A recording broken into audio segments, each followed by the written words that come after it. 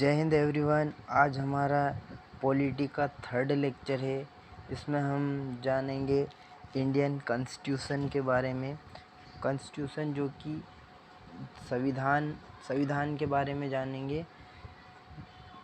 इसमें होता है एक legislative, executive and judicial. Legislative का काम नियम बनाने का होता है। प्रेसिडेंट एंड वाइस प्रेसिडेंट का काम होता है इनको फॉलो करवाना, और जुडिशियल का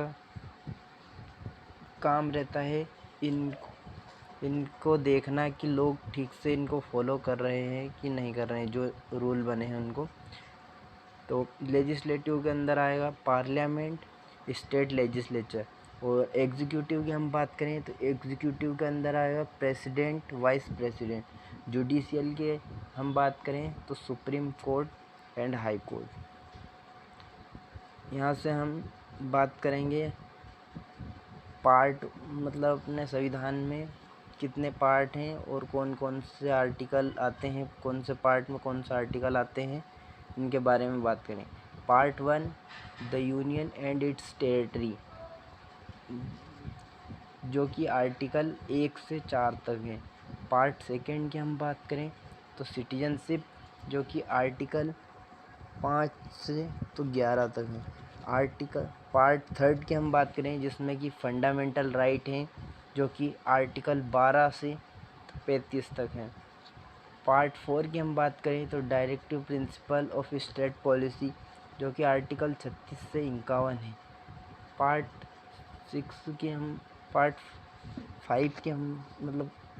4 तो एक ही बात करें हम तो फंडामेंटल ड्यूटीज़ की बात, आर्टिकल 51A। पार्ट 5 की हम बात करें द यूनियन, आर्टिकल 52 to 151। मतलब सारे ही वैसे तो इम्पोर्टेंट हैं, बाकी जो जिन पे निशान है ना, बस यही पूछे जाते हैं ज़्यादातर एग्ज़ाम में। इसके बाद हम बात करेंगे, एक ये इमरजेंसी वाला पूछते हैं, इसका आर्टिकल याद रखना 352 से 360 के बीच होता है। इसके बाद शेड्यूल ऑफ इंडियन कॉन्स्टिट्यूशन। अब हम इनको डिटेल में जानेंगे। जो फर्स्ट शेड्यूल है उसमें name of state, UT and their jurisdiction. अपने जितने भी स्टेट है अपनी कंट्री में, उनका नाम, उनका क्षेत्रफल कहाँ तक फैला है, ये सब शेड्यूल फर्स्ट में है। तो change of their border used make that change. The first amendment of schedule first was carried by 7th Constitutional Amendment 1956 with the formation of Andhra Pradesh. जो पहला राज्य बना था आंध्र प्रदेश, वो 7वें कॉन्स्टिट्यूशन अमेंडमेंट एक्ट के तहत बना था। Schedule of Indian constitution. Second schedule में क्या है? सेकेंड शेड्यूल में सैलरी, प्रिविलेज एंड अलाउंस है। जो अपने देश के president of India, governor of state, speaker, deputy speaker, chairman, deputy chairman, speaker, chairman, legislature, जज of supreme court and high court, CAG, controller and auditor general of India, सबकी जो salary होती है उसके बारे में है सेकेंड शेड्यूल। इसके बाद हम schedule of Indian constitution third schedule की हम बात करेंगे। थर्ड शेड्यूल में बताया गया है, this schedule list of various form of holder of various office, the union minister, parliament election candidate,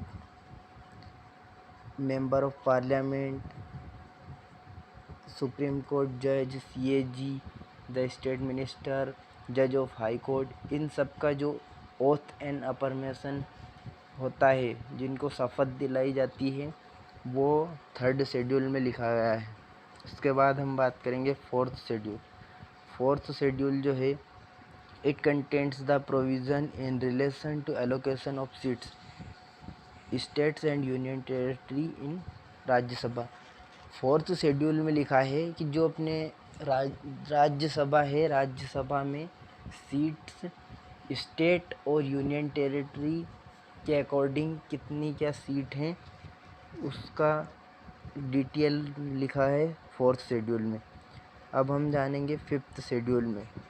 5th schedule में कुछ एरिया ऐसे हैं जिनका शेड्यूल ट्राइब जैसे कि आंध्र प्रदेश, छत्तीसगढ़, गुजरात, हिमाचल प्रदेश, झारखंड, मध्य प्रदेश, महाराष्ट्र, उड़ीसा, राजस्थान एंड तेलंगाना, इनमें जो कुछ शेड्यूल ट्राइब एसटी लोग हैं उनके बारे में बताया गया है 5th शेड्यूल। 6th शेड्यूल की हम बात करें, it contains provision in relation to the administration of tribal areas and states. 4 state ऐसी हैं जिनको अलग से प्रोविज़न दिया गया है, वो है Assam, Meghalaya, Tripura and Mizoram. 6th schedule allow the formation of autonomous district council, article 244 to and 275। उसके बाद 7th शेड्यूल की हम बात करें तो division of power between union and states, term of list. 7th schedule कहता है कि स्टेट एंड नेशनल में पावर होनी चाहिए, मतलब स्टेट की अलग पावर है, नेशनल की अपनी अलग पावर है। 7th शेड्यूल में फिर 3 लिस्ट में बांटा गया है 7th शेड्यूल को। यूनियन लिस्ट जिसमें पहले 97 थी अब 100 हो गई है, और स्टेट लिस्ट ओरिजिनल पहले 66 था अब 61 हो गया है। कॉन्करेंट लिस्ट 47 एंड अब 52 हो गए, बढ़ा दिए गए। अब इसमें हम बात करेंगे तो यूनियन लिस्ट क्या होता है। यूनियन लिस्ट होता है जिसमें सिर्फ यूनियन मतलब सेंट्रल, मतलब जो केंद्र सरकार है वो ही रूल बना सकती है। और स्टेट लिस्ट में वो होता है जिस पे सिर्फ राज्य सरकार ही अपने अकॉर्डिंग रूल बना सकती है, पर वो सेंट्रल के अकॉर्डिंग ठीक होना चाहिए, उनको अच्छा लगना चाहिए। उसके बाद हम कॉन्करेंट लिस्ट जो स्टेट एंड सेंट्रल दोनों से रिलेटेड हो उस पे रूल बनाए जाते हैं। उसके बाद लिस्ट की हम बात करें तो यूनियन लिस्ट में इंक्लूड, जैसे यूनियन मतलब सेंट्रल में जिस चीज़ पर रूल बनता है उसका इंक्लूड, जैसे defence, atomic energy, foreign affair, war and peace, banking, railway, post and telegraph, airways, port, foreign trade, जो कि सेंट्रल में आते हैं तो इन पर यूनियन लिस्ट में के अंदर आते हैं। लिस्ट ऑफ स्टेट लिस्ट की हम बात करें, include subject agriculture, police, prison, local government, public health, land, liquor, trade and commerce. इनके ऊपर स्टेट गवर्नमेंट अपने रूल बना सकती है। List concurrent list, concurrent list की हम बात करें 42nd amendment act 1976 shifted below mention 5 subject from state list to concurrent list. 42वें संविधान संशोधन 1976 के अकॉर्डिंग 5 सब्जेक्ट कुछ ऐसे हैं जिनको स्टेट लिस्ट से कॉन्करेंट लिस्ट में डाल दिया गया है।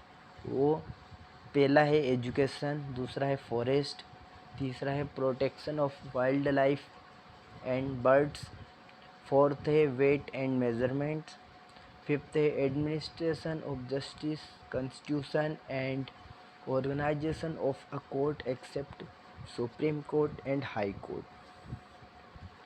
उसके बाद हम रेसिडुअल पावर की बात करेंगे। रेसिडुअल पावर होती है the power of jurisdiction upon subject that are not mentioned in state और कॉन्करेंट लिस्ट, जो कि स्टेट और कॉन्करेंट दोनों लिस्ट में मेंशन नहीं होती है, उन्हें रेसिडुअल पावर कहते हैं। Article 248 of the Constitution clearly states the Union Parliament has exclusive power to make any law with respect to matter enumerated of concurrent list or the state list. Schedule of Indian constitution, 8th schedule की हम बात करेंगे तो 8th schedule में 22 official language recognised by the Indian constitution. 8वें schedule में बताया गया है कि हमारे देश की टोटल 22 ऑफिशियल लैंग्वेज है। ओरिजिनली पहले 14 थी, उसके बाद उनको बढ़ा दिया गया है और 22 कर दी गई है। उसमें हम बात करेंगे Assamese, Bengali, Gujarati, Hindi, Kannada, Kashmiri, Konkani, Malayalam, Manipuri, Marathi, Nepali, Oriya, Punjabi, Sanskrit, Sindhi, Tamil, Telugu, Urdu, Bodo, Santhali, Maithili and Dogri. The Sindh language was added by 21st amendment act 1970। जो सिंधी लैंग्वेज है उसको 21वें संविधान संशोधन एक्ट 1967 के अकॉर्डिंग जोड़ा गया है। कोंकणी और मणिपुरी एंड नेपाली को 71st अमेंडमेंट के अकॉर्डिंग जोड़ा गया है और बोडो, डोंगरी, मैथिली एंड संथाली को 92 अमेंडमेंट एक्ट 2003 के अकॉर्डिंग जोड़ा गया है। याद रखें, इसमें जो अपने संविधान में है इसमें इंग्लिश लैंग्वेज ऐड नहीं है। Schedule of Indian constitution, there are 6 language that enjoy the classical status in India. 6 भाषाओं को क्लासिकल स्टेटस दिया गया है इंडिया का। Tamil declare in 2004, Sanskrit 2005, Kannada 2008, Telugu 2008, Malayalam 2013, Oriya 2014। Constitution schedule of Indian constitution 9th schedule की हम बात करें तो it deals state act the abolition of zamindari system. जो जमींदारी सिस्टम था पहले, फर्स्ट अमेंडमेंट एक्ट 1951 के अकॉर्डिंग एडेड, जिसको जोड़ा गया था वो 90वें शेड्यूल में है। इसके बाद हम बात करेंगे 10th शेड्यूल की। 10th शेड्यूल में 52nd amendment act 1985 known as anti defection law, जो कि दल बदल कानून के नाम से भी जाना जाता है, 2003 through the 91st amendment act anti defection law was made more effective और deal with regular defection. Anti defection law दल बदल कानून जो कि बनाया गया था 2003 में, उसको 10th शेड्यूल में रखा गया है। इसके बाद हम बात करेंगे 11th शेड्यूल। 11th शेड्यूल में हम बात करेंगे रिस्पॉन्सिबिलिटी ऑफ पंचायत। महात्मा गांधी ने जो कि पंचायत गांव में लोकल गवर्नमेंट बनाई थी, 73rd अमेंडमेंट एक्ट 1992 के अकॉर्डिंग 29 मैटर्स जो कि ग्राम पंचायत के बारे में बताया गया है 9th शेड्यूल में। इसके बाद हम 11th शेड्यूल में इसके बाद हम बात करेंगे 12th शेड्यूल। 12th शेड्यूल में बताया गया है रिस्पॉन्सिबिलिटी ऑफ म्यूनसिपैलिटीज़। जो म्यूनसिपैलिटीज़ नगर निगम और नगर पालिका होती है, उनमें 74 अमेंडमेंट एक्ट 1992 के अकॉर्डिंग 12th शेड्यूल में जोड़ा गया है। उसके बाद हम बात करेंगे प्रीएम्बल, मतलब जो हमारे संविधान का फर्स्ट पेज है, फ्रंट पेज है, उसे प्रीएम्बल कहते हैं। प्रीएम्बल के बारे में हम अगले लेक्चर में जानेंगे। आज के लिए सिर्फ इतना ही। अंत तक बने रहने के लिए धन्यवाद। हमारे चैनल को सब्सक्राइब करें, वीडियो को लाइक करें और दोस्तों में शेयर करें। धन्यवाद।